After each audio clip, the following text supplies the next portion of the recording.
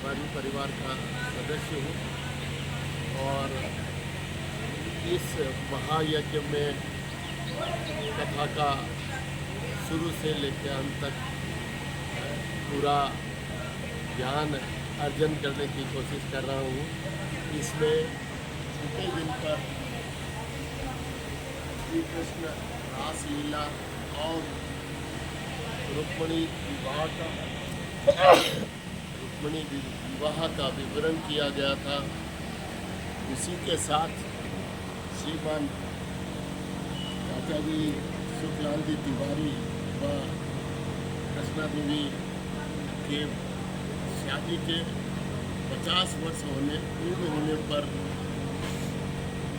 वर्षगांठ का रुक्मिणी और श्री कृष्ण विवाह के रूप में एक आयोजन हुआ और सभी लोग उन्हें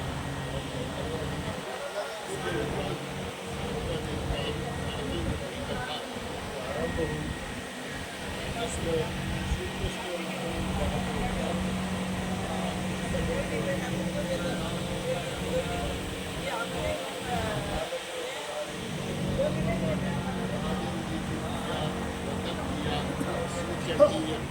पाठ किया।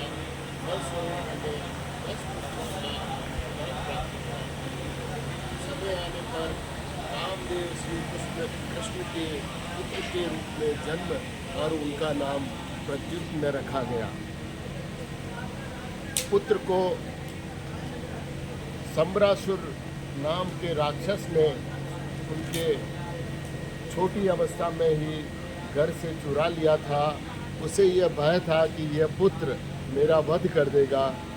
उस पुत्र को उसने मारने के इच्छा से उसको पानी में फेंक दिया। पानी में फेंकने के से ऐसा हुआ कि एक मछली जल में विचरण कर रही थी, उसका मुख खुला हुआ था, तो वो प्रद्युम्न छोटे से रूप में उसके मुंह में चला गया और उसके बाद उस छोटी मछली को एक बड़ी मछली ने निगल लिया और वो प्रद्युम्न दो मछलियों के पेट में चले गए। इसके उपरांत मछली पकड़ने वालों ने वो मछली उनके पकड़ी जाल में आ गई और उसको पकड़कर सम्रासुर के राज्य में बाजार में बिकने के लिए आ गई। इतनी बड़ी मछली को सिर्फ राज दरबार ही खरीद सकता था, इसलिए राज दरबार में खरीद कर उसको भोजनशाला में पहुंचा दिया गया। वहाँ पर जब मछली का पेट खोला गया तो उसमें दूसरी मछली निकली और उस मछली में से दूसरी मछली में से एक सुंदर सा बालक निकला। वहाँ पर कामदेव की पत्नी रेवती पहले से माया रूप में उपलब्ध थी। उसने आग्रह किया कि इस बच्चे को मुझे दे दो, मैं इसका पालन पोषण करूँगी। तो उसको भोजनशाला वालों ने उसे दे दिया और इस प्रकार मायावती ने उस प्रद्युम्न का पालन पोषण किया और उसने विभिन्न रसायनों का उपयोग करके उसे जल्दी बड़ा किया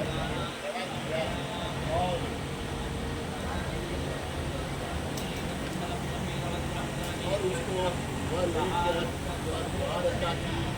द्वारका के दरबार में पहुंची और उसने वहाँ उसे श्री कृष्ण को मालूम हो गया कि यह हमारा ही पुत्र है और उसे वापस अपना पूरा परिवार मिल गया। इस कथा के उपरांत सत्राजीत राक्षस जिसके पास रोजाना सोना दिन 7-8 किलो के आधार पर सोना देने वाली एक मणि थी, जिसका वह सवेरे पूजा करता और उसमें से सोना निकलता था। इस प्रकार की मणि थी और इसकी चर्चा सब जगह हुई। उसने कृष्ण ने उससे वो मणि मांगी कि यह मणि तुम्हारे पास नहीं हमारे पास होनी चाहिए, लेकिन उसने देने से मना कर दिया। और उसके बाद वो मणि उसके एक मित्र ने लेकर जंगल में चला गया और शिकार करने चला गया। वहाँ पर उसका शिकार हो गया, शेर ने उसका शिकार किया और शेर का शिकार एक भालू ने किया और वो मणि लेके एक गुफा में चला गया। जहाँ पर वो राम अवतार के रूप में वो भालू जामवंशी का अवतार था और उसकी वहाँ पत्नी उसके साथ रहती थी। उसके पास वो मणि रही। जब ये मणि की चर्चा सभी जगह हो रही थी कि श्री कृष्ण ने मणि को ढूंढने का, और ये अफवाह फैला दी गई थी कि श्री कृष्ण ने उसके मित्र का वध करके वो मणि अपने पास ले ली है। तो उस मणि को ढूंढने के लिए श्री कृष्ण जंगल में गया और उस गुफा में वो मणि प्राप्त की और उसको वहाँ पर अपने दरबार में ले आए तो और उसे वापस सतरासुर को दे दी। सतरासुर ने सोचा कि ये मणि विशिष्ट मणि है, आगे पीछे ये द्वारिका के दरबार में ही जाएगी, तो मैं ऐसा करता हूँ मेरी बहन सत्यभामा है, मैं इसका विवाह श्री कृष्ण से करवा देता हूँ और ये मणि भी उसके साथ उन्हें प्रदान कर देता हूँ। इस प्रकार सत्यभामा का श्री कृष्ण से विवाह हुआ। इसके उपरांत